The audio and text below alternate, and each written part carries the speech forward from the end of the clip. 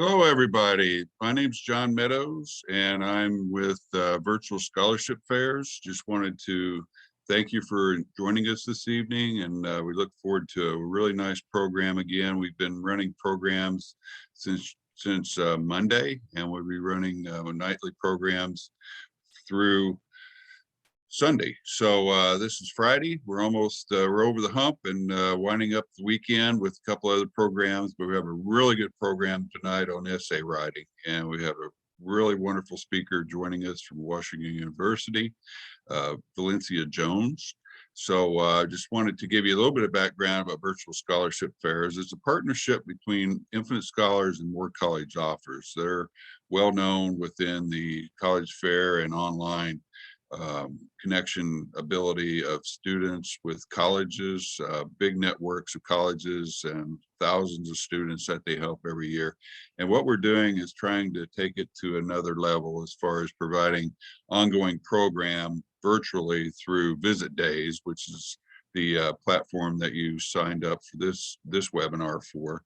And we'll be providing programming like you'll see tonight throughout the year, again, hitting primarily key decision points for you. And it's really focused on juniors, how to get the most money and reduce the cost of college as much as possible, either through merit scholarships or through grants and other programs that we talk about in our programming. So it's a great way to find out what your options are, how to prepare for that scholarship search, and how to, hopefully get the maximum opportunity and offers from the different colleges that you plan to attend. So anyway, without any further ado, I just wanted to go through a initial agenda for tonight, and we'll start off. We'll have a welcome message from our co-host, Dr. Laura Dorsey.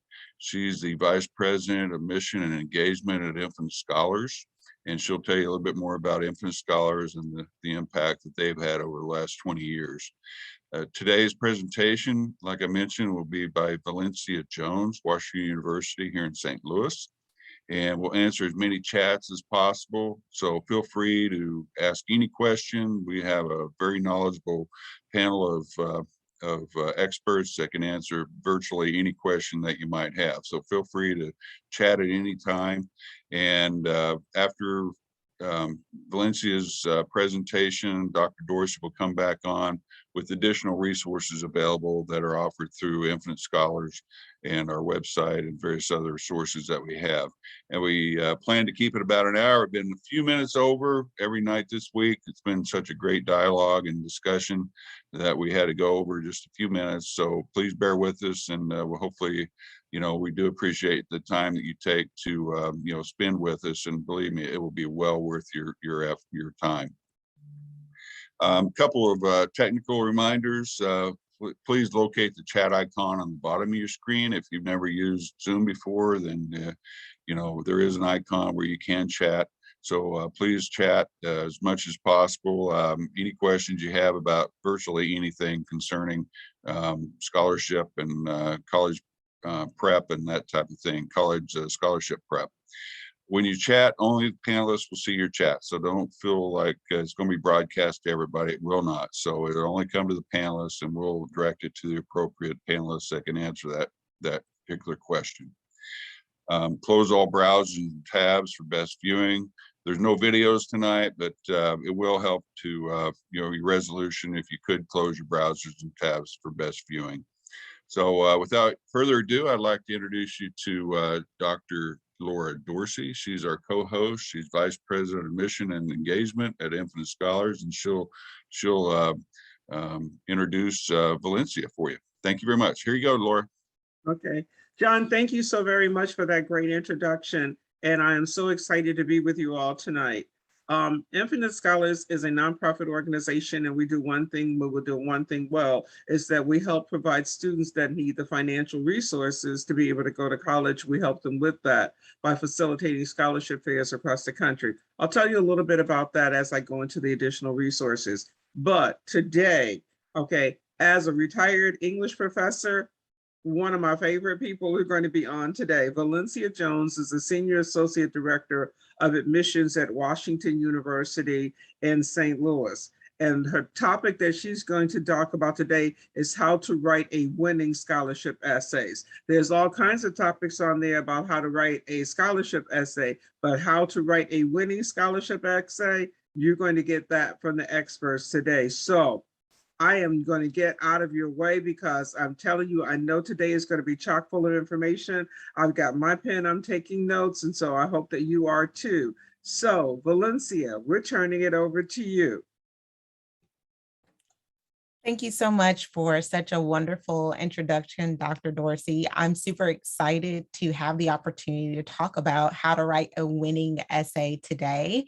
I know that the essay for a lot of students can pose a challenge, but it's definitely a great resource to have in your back pocket to understand how to write a winning essay. So I'm super excited about this opportunity. I have worked in higher ed for over 10 years. I've read a lot of essays, both for admission as well as for scholarships. So I'm looking forward today to share some information with all of the guests. So give me just a second here. I will go ahead and share my screen and we'll go ahead and get started.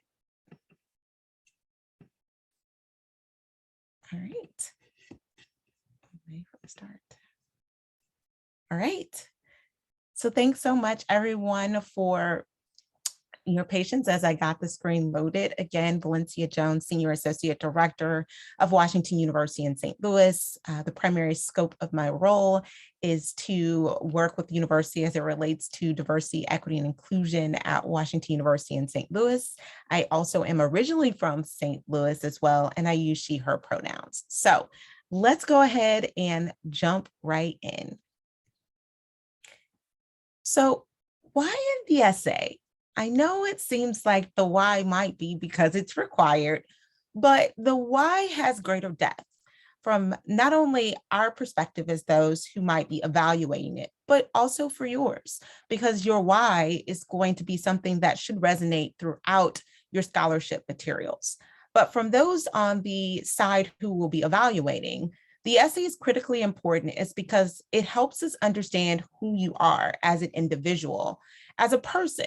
It provides us context that we can't always glean directly from the more quantitative pieces of an application, such as grades or test scores. At WashU, we often talk about knowing students by name and story, and I think this particular bullet point aligns with that. We want to get to understand how you arrived at becoming the individual that you are. This will help us connect with you and really understand you and the complexity of who you are as a candidate for this particular scholarship. The other thing is to help us find unique people who are really going to make a difference, people who have demonstrated that they have the interest and credentials and talent and potential to really pursue and help make a change or a difference that aligns with the organization in which you are applying for the scholarship from. And then the other thing is, we want to make sure that your subject and verbs agree. We want to make sure that you can organize your thoughts and that you are able to be expressive in your own words, tell a story. So those are some of the reasons why an essay is a critical component when awarding a scholarship. So some other things that are very important when you're talking about writing a winning essay. The first thing, which for some people might sound a little cliche, is to be yourself. Being yourself allows you to show up authentically. It allows you to set yourself apart because there is only just you, right? There's only one of you. And so I get this question a lot, Ms. Jones, what can I do to stand out? And the most important aspect of that is to be reflective. Think about the things that are core to who you are, your values, your hopes, your aspirations, your lived experience. How can you help that resonate contextually through your application materials, but specifically your essay? Don't try to be anyone else. Don't try to be who other people maybe perceive you to be. Be yourself, and I promise you, you'll stand out automatically. The other thing is you're trying to separate yourself from the crowd. And so we'll talk a little bit more about ways to do that, maybe prompts or language that you can utilize that might help you with that. But ultimately, you do want to think about aspects of your identity that's unique or your experiences that are more unique, maybe stories or roads that are a little bit less traveled that might resonate or stick out from the rest of the crowd. And the last thing, though many other things are important, but the last thing for our conversation today is to start early. You're way too amazing to wait to the very last minute to try to cram everything in. You don't want to do that to yourself. You don't want to elevate anxiety around this process, and you also don't want to sell yourself short. Start early so you can give yourself time to really think about how you want to organize your thoughts, what message you want to communicate, what aspects of your identity and experiences that you want to shine through on your essay. So start early so that you have enough time to really think those things through. So some things not to do. Don't really shy too far away, if at all, from your natural personality. Again, this is going back to being yourself. So an example would be if you're not particularly funny, this scholarship essay probably is not the best time to try new material. So don't try to be funny, but absolutely positively be yourself. Another thing is a lot of times students are a little bit shy or modest, and they don't want to come off as though they are bragging. And in this particular instance, this is okay. It's okay to brag just a little bit. This helps us really understand your achievements. Tell us about yourself. That is the part of the conversation that we're really hoping to glean. So if you are a little shy or a little modest, just take some time, step out of your comfort zone, and really be okay with telling us how wonderful you are. We absolutely positively want to know.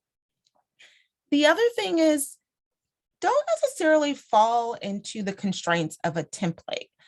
Don't go off into using a sample or example essay that you find on the internet and adopt that as your own. Perhaps those are great for inspiration, for resources, but you definitely want to make sure that the way in which your thoughts are organized and presented are original and reflective of you. You also want to make sure that everything that you're sharing is accurate and that you are not embellishing your story. A lot of times students are really trying to think deeply about something extraordinary that they've done or something that they feel is really amazing. And for some people, they have those things that they think of instantly. And for others, that might not be the thing that you want to talk about. That might not be the thing that rises above the fray as you're reflecting on who you are and what you want to communicate to the scholarship committee.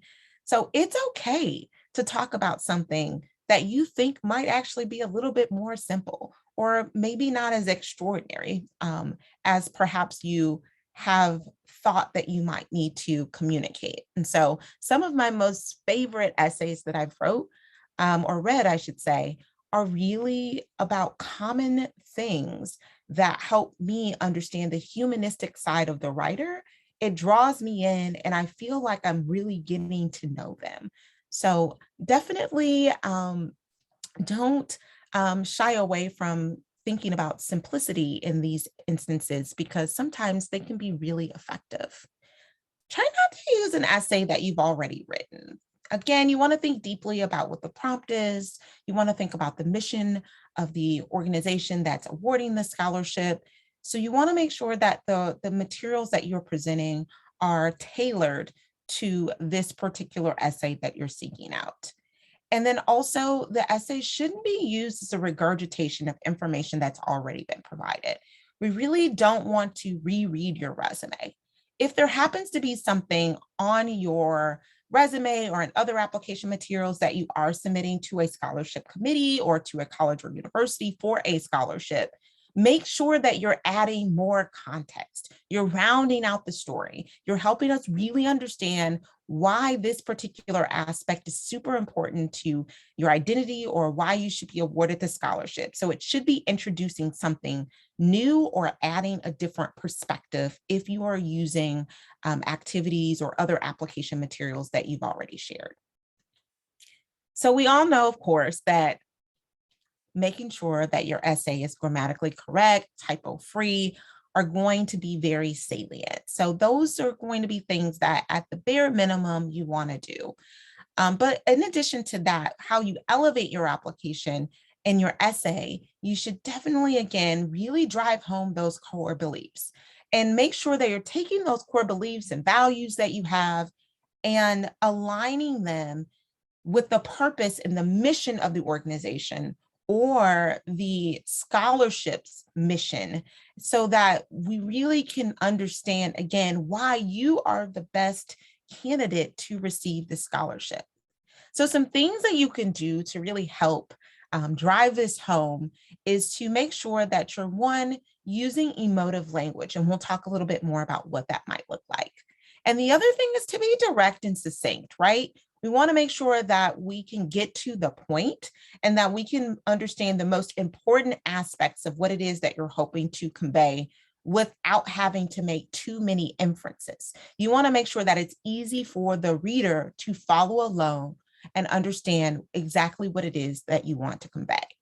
And then the last thing we'll talk about is expressing gratitude to those who are reviewing your essay for scholarship consideration. So using emotive language really helps to elevate your storytelling. And an essay is really doing just that. It's about you, but you're telling a story. And the way that you can help draw readers in is to really think about how you can communicate your joys, your hopes, your aspirations. One of my favorite things to read about is impact. Helping me understand the impact that you have in your immediate community around you, whether that's your school community, your broader community, even within your family dynamic, but also being able perhaps to talk about the impact that you would be able to make should you receive the scholarship. Or some students will take some time to talk about the impact it might make on their lives should they receive the scholarship.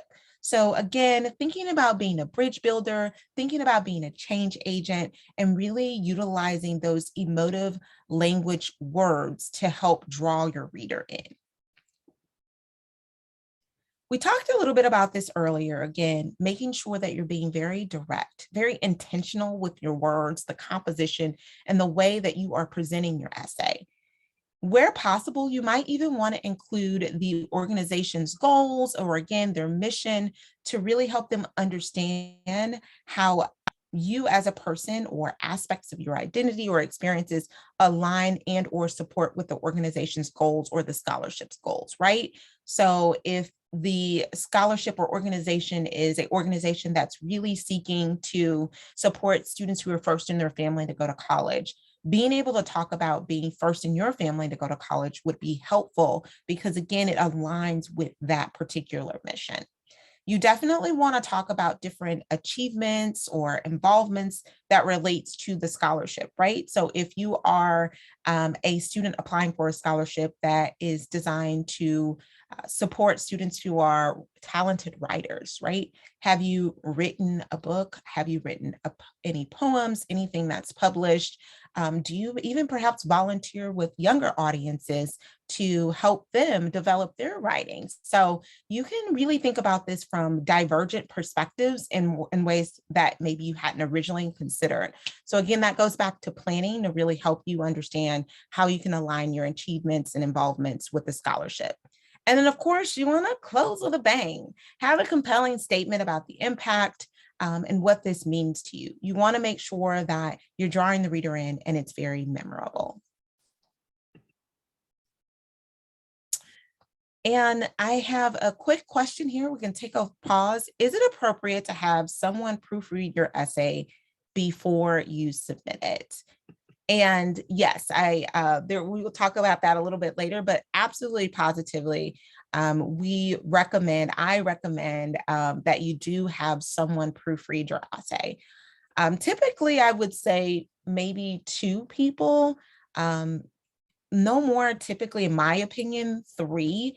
The reason for that is because sometimes when you have a lot of people proofreading your essay, unintentionally, it can dilute your voice because you're adding more of their voice through the edits. So it's really important that you do have someone who can proofread your essay, but I wouldn't recommend too many people in a way that would reduce the presence of your own unique voice. I also think sometimes it's really helpful to have someone who maybe you're less familiar with read essays. And the reason sometimes that can be helpful is because then you can ask from them, hey, what did you deduce from this particular scholarship essay? What would you say were the key points, or what did you learn about me? And then they can communicate that to you without making significant inference because they don't know as much about you. Now, if you take that route, definitely still make sure they have the credentials to edit your essay appropriately so that it is grammatically correct and the sequence is easy to follow. Great question. So diving back into the slide deck here, you want to express your gratitude. Make sure you're thanking the committee for taking time to review your application. It seems like a very small step, but it also is a humanistic step. These are people on the other side that are reviewing your applications. And you'd probably be surprised at how few times people actually express gratitude. So this small step can make a big impact in helping you set yourself apart from the larger group who might be applying for the same scholarship. This could look like writing a handwritten note, or if this is an application you're doing online, you certainly can use either the additional information section to say, thank you. It doesn't have to be something that's very long. It really could be something very short, just saying, thank you for taking the time to review my application. So again, where possible, make sure you express gratitude, and this will help set your application apart. So a few more tips. You want to make sure that you do your research on the scholarship provider. Who is offering the scholarship? What do you know about them? What can you glean from their website? Making sure, again, that you understand the mission and why they're giving the scholarship and to whom. Why is this important to them? The more information you have about the organization or the individual or the committee that is awarding the scholarship, the more you are really able to tailor your essay. So again, you can look at websites. If you have connections to recipients who have received the scholarship in the past that you can connect with, if there's any type of testimonials on the website, if these people are on LinkedIn, if they have webinars. So there are different ways that you can learn more about different companies and organizations who are awarding scholarships. And then, of course, with that information, as you are thinking about how you're presenting yourself, again, you just want to make sure that you're being honest. Being honest, being yourself is very liberating and very powerful to be able to stand in your own truth and your own authenticity. It's actually much easier than people might suspect for us to evaluate a scholarship essay and recognize perhaps when someone is being less than honest. So definitely use the honor system and really lean into, again, that emotive language, your ability to tell a story and tell it in a way that brings the reader in versus leaning into embellishing or misrepresenting information. So again, thinking about how do you bring the reader in? What does that look like? And I think the cardinal rule where we have here is show us, don't tell us, right? So there's an example here where it's really thinking about how do you paint a vivid picture? Part of this is going to be through language and also helping us understand what it is that you're wanting to communicate, how you utilize your time. Again, those experiences that really help us understand who you are. So creating that picture really does help, right? There's been times as a person who reads a lot of essays where I will read dozens of essays about the exact same thing. And that absolutely could be the case if the scholarship organization has provided a prompt that everyone applying should adhere to. But how you tell this story is going to be critically important, right? So I like to think of it as an experience that you're creating. Walk us through, how do I get to know you by reading this essay? And a lot of ways that you can do that is, again, through your language and making sure that you are showing and not just telling us. Help us understand your impact. How are you doing something and why are you doing it? Utilizing exclamation points. I love a good explanation point. I feel like it oozes enthusiasm, but sometimes in the scholarship essay, it may not be the most appropriate punctuation to use very frequently throughout your writing. So a rule of thumb is try not to use more than a couple throughout your scholarship essay. So as promised, when I mentioned earlier, we were going to talk a little bit about proofreading and revision. Absolutely, positively, make sure that you are active participant in the revision process.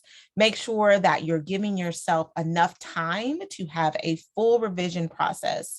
And this also could include breaks, right? So maybe you are creating an outline or you're brainstorming and you need to take some time, step back away from it, revisit it just so that you can clear your mind and have a fresh set of eyes. That's totally okay and something that I absolutely recommend. And sometimes even through that process, it might be concepts that you originally thought were exactly what you were going to write about that you decide, you know what, I'm going to take a different direction, and you might pivot. But proofreading, taking pause, revisions, that allows you to really go through a process of developing a winning essay, a masterpiece, something that you're proud of and is an accurate reflection of yourself. I would say give yourself a minimum of 2 weeks. Certainly, if you have the ability to have even more time than that, I think that that would be critically important, because not only does it give yourself more time to develop it, but it does give more time to those who you might be inviting into either the brainstorming or the proofreading process to do that in a way that they can devote as much time as they possibly can to helping you through this process. So 2 weeks would be the bare minimum. If it's a really busy time of the year, or if those who are helping you proofread might be really busy, I would suggest allowing yourself even more time than that. So things that you may want to consider leaving out of your scholarship essay. One of them might be inspirational quotes that are somewhat cliche. I personally love inspirational quotes. There have been essays that I've read and I'm like, wow, I've never heard that quote before.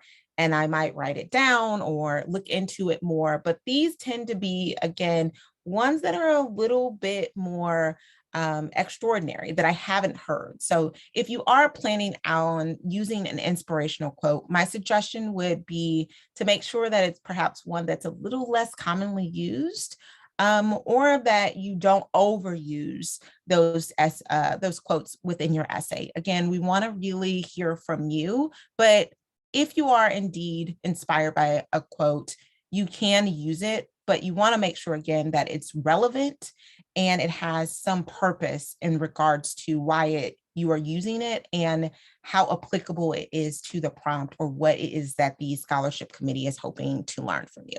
Okay, so keep that in mind. Not saying that you can't use them at all, but definitely wanting you to be more thoughtful about them and making sure that there's not an overuse and that, again, your text is really about you. So we did talk a little bit about this in terms of avoiding the use of general phrases, right? So the example here is, good things come to those who wait. And those can be okay, but refrain from using them just so, again, this goes back into support of how you could stand out, right? So when you're using very commonly used phrases, sometimes that diminishes the impact in regards to what you're seeking to do, which is stand out. Another one that you'll see here listed as an example, it would be mean the world to me to win this money. Winning this scholarship will be life-changing. And for a lot of us, this is absolutely true. But again, what are these statements communicating to the reader? What are they actually adding to help the reader get to know your name, get to know your story, get to know your experiences, really understand you as a candidate for this scholarship? So if you do decide to use that, again, I always stress the why, right? Why would this scholarship be life-changing? That will help me understand as a reader more about you.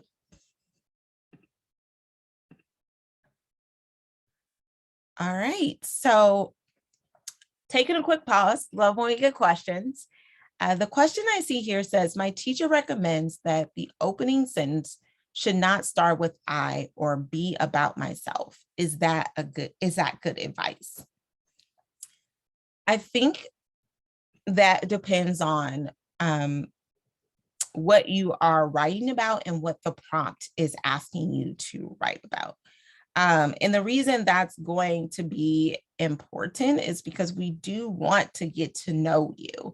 And so if your first sentence is about yourself, that can be okay. I've read scholarship essays where they've listed kind of bolder statements about themselves, and then they proceed to tell me in greater context about them, right? Or why this is important to them. So I've also noticed that as a pattern when students are talking about their identity. Maybe they're a student of color, or they're first in their family to go to college, or they're from a certain area and they're saying, I am from this, or these are the things that kind of really influence who I am. So certainly there's ways to incorporate that in the latter parts of your essay, but I personally don't have a disdain for if a student would like to include that towards the top of their essay. But again, you really want to think about the prompt to understand if that would be appropriate at the beginning. But sometimes folks will recommend not to use that because they want you to think about another way to draw the reader in. So there are some different suggestions in regards to, quotes, anecdotes, other things, statistics, things that sometimes people use to draw the reader in that people find to be more compelling or effective than I statements. But I'm of two minds. You can do that if the prompt calls for it and it feels appropriate. All right, so jumping right back into the conversation here about scholarships. And again, we really want to go into the latter part of the slide where it's talking about illustrate specifically how things will change. So this is going back to the why. This scholarship would enable me to have only one part-time job instead of two, providing me more time to focus on my college courses. So again, this is the why, and or illustrating, going back to the storytelling aspect. All right, so we're moving right along here. So texting has absolutely become one of the primary sources of communications. And sometimes because of that, it will feel a little bit more intuitive to use text language in more formal writing. Please don't do that unless you are using a quote or writing specifically as though someone had said a phrase to you, or you're referencing a text message that you've gotten. But a general rule of thumb is to make sure that you are not abbreviating words, that you're avoiding the use of acronyms, text language. Again, this essay is supposed to really showcase your ability to write a well-crafted, eloquent, professional piece of writing.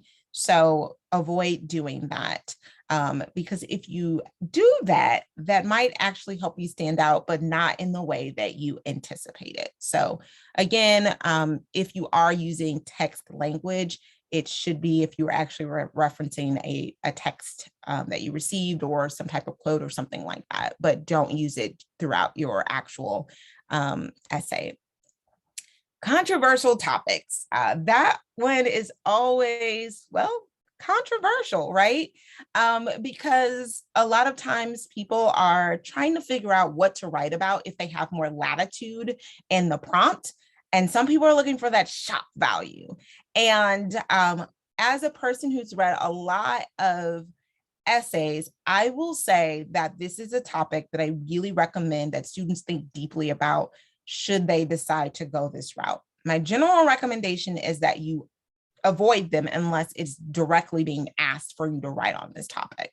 The reason why I suggest that this might be of importance is because, again, you are writing to a person or multiple people. And a lot of times what happens with controversial topics is that in most instances, things that are controversial kind of require conversation so that you can contextualize things. And when you submit an essay that's about something controversial, That's it. They just have that one piece of writing and they're left to make inferences about you and your stance. And you don't want to be in a position where they're left wondering more, or the way in which they interpret what you're saying can be misconstrued, or flat out, they just disagree with you in a way that doesn't support your candidacy. So again, if they haven't inquired or asked you to write about a hot topic or a controversial topic, I would say that that might be something that you would consider avoiding so you don't alienate your reader in a way that doesn't support your candidacy. Okay. And as we're making our way through the conversation, in support of thinking about controversial topics is also extremities in your declaration. So it's really important to avoid having extreme perspectives where you're going really one way left or one way right. You know, you want to be able to offer perspectives or well crafted writing that perhaps offers multiple or diverse perspectives and really avoids negativity or showcases, again, emotional maturity. Avoid making like fatalistic declarations about the future, or again, really strong stances about a topic unless asked to do so. And you definitely want to avoid negative language that really puts down other applicants or other organizations or other universities. You don't want to use that very precious time to speak ill of someone else. You want to use that time to, again, speak positively, brag, showcase yourself. So as we're coming to the conclusion of our conversations, I think it's really important to provide some resources where you can look into scholarships, where you can start to practice some of the things that we've talked about. And one of the wonderful resources available to you is through the Infinite Scholars Program Scholarship Guide. They have an abundance of scholarships that students can peruse through and take the time to identify those who might be a good fit, again, during their research and using what they find out about these organizations and the type of candidates or recipients they're looking for. So again, I strongly encourage you to check that resource out. You can find this resource of scholarships listed in the Infinite Scholars Program Scholarship Guide. All right. So again, these are just a few more examples. It helps you understand who's awarding the scholarship, the number of scholarships awarded, and then the rough estimate of the scholarship amounts and how they range. And so with that, hopefully you're able to learn a little bit more about how to write a winning scholarship essay. And I'm going to turn it over to Dr. Dorsey. Thanks, everyone. Valencia, thank you so very much. So if you can just stay on, so I got a few questions that we're going to go back and forth through. So I'm gonna channel my host interview to be able to say that. Valencia, no explanation points, stab me in my heart. I said no overuse of the explanation Okay. point. I love a good explanation point. Yeah. If you read my emails, notice my emails, not my scholarship essays. I love the explanation points, but I think again, using them sparingly where appropriate, but it is absolutely okay to use them, just not in excess. That's funny. Valencia, inspirational quotes. I live and die by inspirational quotes. I love them too. I mentioned that earlier. I do love them. It's just, again, thinking about the inspirational quotes that are perhaps less used or actually resonate with you. Sometimes I think students will hear a quote, right? Or they'll actually actively seek out a quote, because some students are instructed to consider using an inspirational quote to draw the reader in. I think that that's absolutely okay, but there are some that are overused and I would avoid using them, because as a reader, if I'm reading 1,000 scholarship essays, by the time I see the 25th one that is talking about the same inspirational quote, I'm like, wow, okay, I read this one before. It just becomes more difficult to make your essay stand out if you're writing about a commonly used topic or using cliches or commonly used inspirational quotes that other people are using. Is really perhaps the context I should have added. It just makes it a little bit more difficult to stand out. Right. Valencia, a couple of other things that I wanted to that you talked about, I wanted to make sure that we emphasize. You talked about starting early, checking the deadlines. Okay. Yes. How important is it, like you said, you've been on committees and reading essays. How important is it that you make sure that you get that essay in before the deadline? It's critically important. You do not want to eliminate your candidacy before you even get started. There are some places that will not accept things that are late. Or what if you go to submit and you have trouble submitting your essay, right? And it's the very last minute. Mhm. There are very few instances in life where we will ever benefit as people from waiting to the very last minute.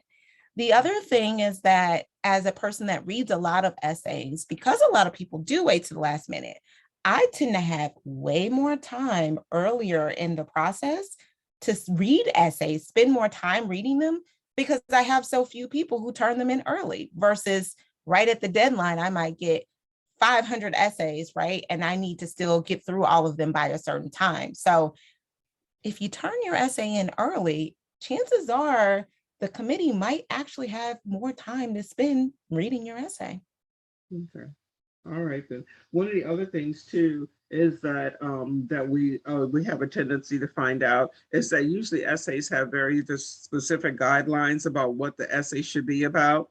Okay, and I know that there are some essay readers, and you can tell me whether your team does this too, is that there's a particular topic, okay? And if you happen to go off topic in the very first paragraph, if they see that you're going on topic, they don't even finish reading the rest of the essay. There are some that will do that. And so I think that that is very important to adhere to the prompt. If you are provided a prompt, they are asking you what they were asking you for a reason. And so please, please, please adhere to the prompt. Typically, if I've started reviewing an essay and I think it's questionable in terms of how it's developing in relation to what's being asked through the prompt, I personally will still read all of it because I want to make sure that there's not a hook or something towards the end that I'm missing. But I think where possible, whenever possible, which should be always, adhere to the prompt. Okay.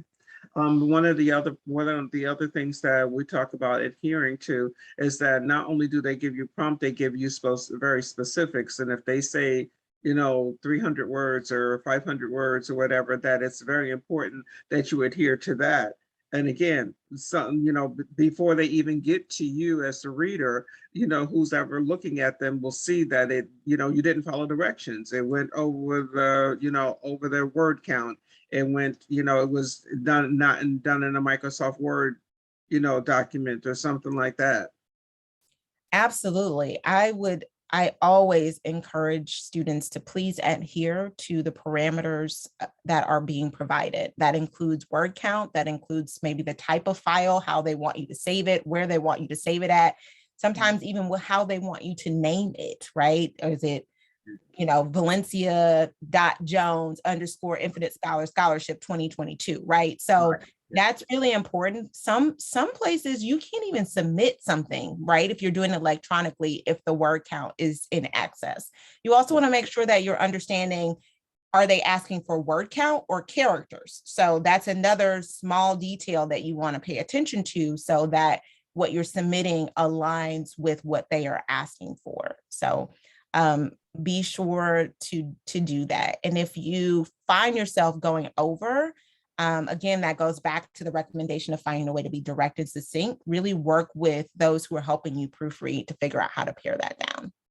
Okay, all right. And one final one before I wrap up with you today. Okay, text speak. Okay, as an English teacher, I was like, okay, I'm tearing out my hair or understanding, okay, like there's sentence structures and there's period, there's a punctuation, the essay is not supposed to be like you're texting somebody.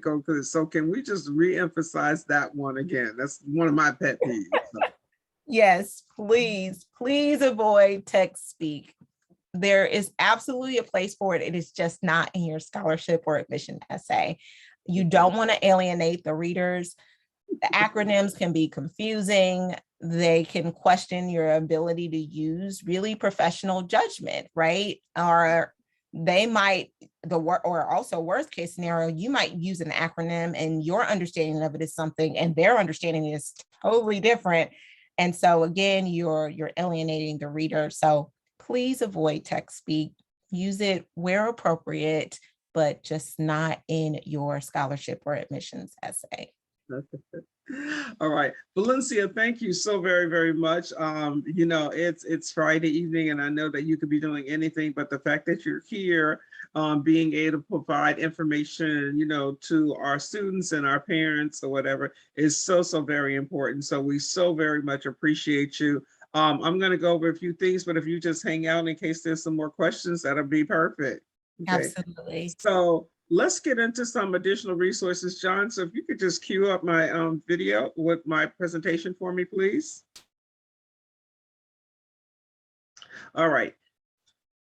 As we said in the introduction, I'm Laura Dorsey, and I'm the Vice President of Mission and Engagement from Infinite Scholars. Infinite Scholars provides scholarship fairs, and the scholarship fair is different than a college fair. Scholarship fairs are specifically speaking to the financial needs that a student is looking for and the scholarship opportunities. That's what the colleges are giving out. And our scholarship fairs that we do across the country, mostly in the East Coast and the Midwest, we actually, some of the colleges actually offer scholarships right there on the spot, and some of them will give you the resources that you need to apply for scholarships later on. But before we get to there, there's some additional work sometimes that you need to do, and that's what Infinite Scholars does. Okay, so we're going to type out in our chat room the website so that you can go to our scholarship guide. Okay, so when you go to Infinite Scholars, infinitescholar.org, the scholarship guide is here under the resources tab. Scholarship guide is here. Scholarship guide looks like this. Now you can download it. It's 40 pages chock full of information that you can need to be about the scholarships. Okay, graduating debt free, helping pay for college, how to win scholarships and find them. All of that's in there. But let me tell you a few key things that are in there. There's information about the federal grant program. Federal grant, anytime you see here the word grant, that's free money. That's money that you don't have to pay back, and people already want to know about that. The federal government is the largest, purveyor of scholarship money that's out there. They have billions of dollars to give out, and unfortunately, every year there's money left over because people don't apply for all the money that they have to give out. Do you know that you can actually go to college for free? There are some state and city tuition-free options. They are listed in there. There are 11 states that I know, I think we did the last research, 11 states that are offering you to be able to go to college for free. This is absolutely free. They have the parameters out here and being able to take a look at that. So if money was ever an obstacle, okay, here's some great options for you to be able to go for free. Working your way through college. There are a lot of employers. I went today to McDonald's to get a sandwich, and one of the things that they had on there is that they were hiring, and one of the benefits that they were hiring was tuition assistance for college.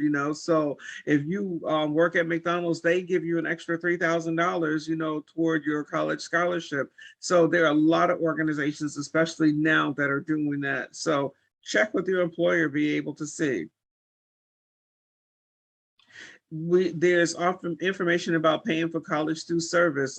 There's all kinds of information. The military is one. There's like teach grants. There's several grants based on your service. So if you're looking at going to teaching and going into education, and you want to look at helping students in certain neighborhoods, your college loan can be forgiven by working on that. So the ROTC program has programs where they actually pay for your entire college while you're going through there. Information is there for that. While you're in high school right now, okay, and this is geared toward our juniors, and we want to be able to take advantage of that. There are scholarships that you can get right now while you're in high school. They're called micro scholarship, and the options are there. So there's a section in the book that's gone. So they'll be able to talk about that. They'll give you the website where you can go out there. You can get money for getting straight A's. You can get money for extra AP classes and IB classes, and for doing, college visits or whatever. There's all kinds of things out there that's out. It's in the guide. A lot of students already know where they want to go to college. They just looking for the extra money to be able to help them out. So if there's like need-based or we just need some additional money, there's need-based scholarships that are out here and there's special interest scholarships. One of the things that Valencia was able to offer you is some specific scholarship information, told you the name of the scholarship, exactly how much was awarded. Well, in this scholarship guide, we've got 2 pages, over 35 different scholarships. Where we've done the research for you. We've given you the name of the scholarship, how many is offered, and it gives you the direct website. All you have to do is click on it to be able to go to apply for these scholarships. There's additional information that is an additional resource to what you got from Valencia. Although I'm telling you right now, that was just a succinct area of information, but a few more things that you might be able to take a look at about how to write a winning scholarship essay. And one of the biggest things that's going to be in there is information, and we're going to hear this later on in our presentations this week about how to avoid scholarship scams. If anybody comes up to you and tells you, hey, if you pay us XYZ number of dollars, we'll be able to help you have scholarships, walk away real fast, stranger danger, because there should be, that's the scam. You should not have to pay anybody to help you find scholarships. There's plenty of free money out here. One of the things that we realized that with Infinite Scholars is that our students want to talk to the college rep. The thing about having people that have been on our presentations all week long is sometimes we know it's not always what you know, it's who you know. And being part of Infinite Scholars gives you direct access to the majority of the colleges that travel with us on our scholarship fair. And what we did is we put them all in this resource where you can find them. So if you go to the resources tab and click on College Video Library, you'll find them. There's about 100 colleges that travel with us on a regular basis when we do our scholarship fairs. Now there are 4,000 colleges and universities in the United States, but 100 travel with us on a regular basis, and we probably got like information about 500 on our websites. But we created videos for these hundreds, and I specifically asked them about their admissions process and the scholarship opportunities at their schools. I also asked them to provide the students with the one-on-one information to be able to speak to a college rep. I want you to know that if you're going to come to the Infinite Scholars website, that one of the biggest things that you're going to have is access to the college rep to be able to talk about your college opportunities. Let me show you how that works. All right, in our system, we've had the college videos. Now, like I said, we've had 100 colleges that travel with us. We love them all. We couldn't figure out how to put them all together, so we arranged them in alphabetical order. Okay, and as you can see that we'll start with the first one, Alabama A&M University. You'll see the name of the university and college. You'll see exactly where it's located. There's also a brief paragraph there that tells you a little bit about it, but there's also a line right there that tells you the direct contact that you can have at that university to be able to find out exactly what it is that you're looking for to find that person. You can also click on there to be able to watch the video of with that person, because a lot of people are visual, so you'll be able to see the video with the information from that particular college rep. They're all there. The videos are short, they're 3 to 5 minute videos. There's some where they were providing a wealth of information and I did interviews with, and those might be 30 minutes long, but again, all well worth your while taking a look at it. As a college professor, I realized that I could provide all the information to my students that they wanted to. Some of my students were just visual and they liked that the video, the things and that we're going to put together. So we put together a whole list of topic videos in the library on our resources tab for you to be able to take a look at. Let me tell you some of the things that are there. The FAFSA overview. Now, no matter what kind of scholarship you're looking for, no matter what information you're looking for, that FAFSA has to be filled out. And if anybody knows anything, probably the FAFSA overview, the FAFSA is probably as bad as trying to have people fill out your taxes. Most people would always want some help with making sure that they do that. So that's there. A brief view that you and your family can look at your own leisure to get a clearer understanding of that. whether or not you take an ACT or SAT test, this was a session that we had the other night. Oh my God, that was just so amazing. Test optional was there. There's a brief video about that. Christina does a really good job, and you can actually go back and look at the video that we did prior evening that lasts about half an hour, 45 minutes about test optional. It is information you will want to know. Okay, there are different types of federal student aid. And remember, the federal government gives out more money for financial aid than anyone in the world. They have billions of dollars, okay, that they don't use every year about with financial aid. When you're looking for additional money also, again, our goal is to give you all the resources that you possibly can find. And so there's all kinds of websites out there, but we've done our research and we've narrowed it down to 3 websites that we think that you should use to look for private scholarships. And there's a brief video that we put together out there about these 3 websites that you should use. One of the biggest things that you need to make sure that you understand is the word college displacement. And so if you happen to get a lot of different scholarships or whatever, you have to make sure that one is not going to cancel out the other, because sometimes that can actually happen depending on the college or university. So this video will help you out with that, and then you'll be able to make sure you ask them the right questions when you talk to your financial aid person. Even if you find that, okay, here's the college that I want to go to, and I found enough scholarships, and there's just a brief amount of money that's a gap in between there, don't let that dissuade you from not going to college and not fulfilling your dream at the college of your choice, okay? And so that brief amount is, you can be done with responsible borrowing, because remember, you're going to graduate and you're going to have a career, and you're going to be able to pay this minimal amount of money back too. And so there's a brief video about just being able to do that. And one of the things that is going to be the highlight of our week-long session is talking about the benefits of community college. A lot of students now are doing community college. They're doing community college classes while they're in high school. And we've seen increasingly more the number of students who are earning associate's degrees at the same time they're earning their high school diploma. The benefits of community college and the amount of money that you can save by taking a class at a community college, that same class at the traditional university is going to cost more, is going to be exponential. I did it. This is how I went to college. I started at community college before I went to transfer to a 4-year university. One of the things that, again, we at Infinite Scholars make sure that we provide you with a wealth of information, and we partner with an organization called More College Offers. It's called that because it's exactly what it is. They have more college offers that they're able to give you.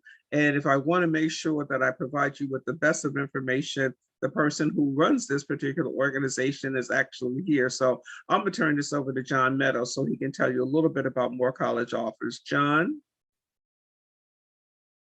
Thank you, Dr. Dorsey. I tell you, Valencia, you had it out of the park. That's very well done. And I could listen to you all night. It's really well done. Thank you very much. And, you know, I learned a lot. You know, I don't need to write an essay, but it was very, very informative. So Dr. Dorsey, thank you too for all your insights and perspective on things. I just wanted to give you a brief overview of More College Offers. And it's a program, it's a website that we developed about 4 years ago.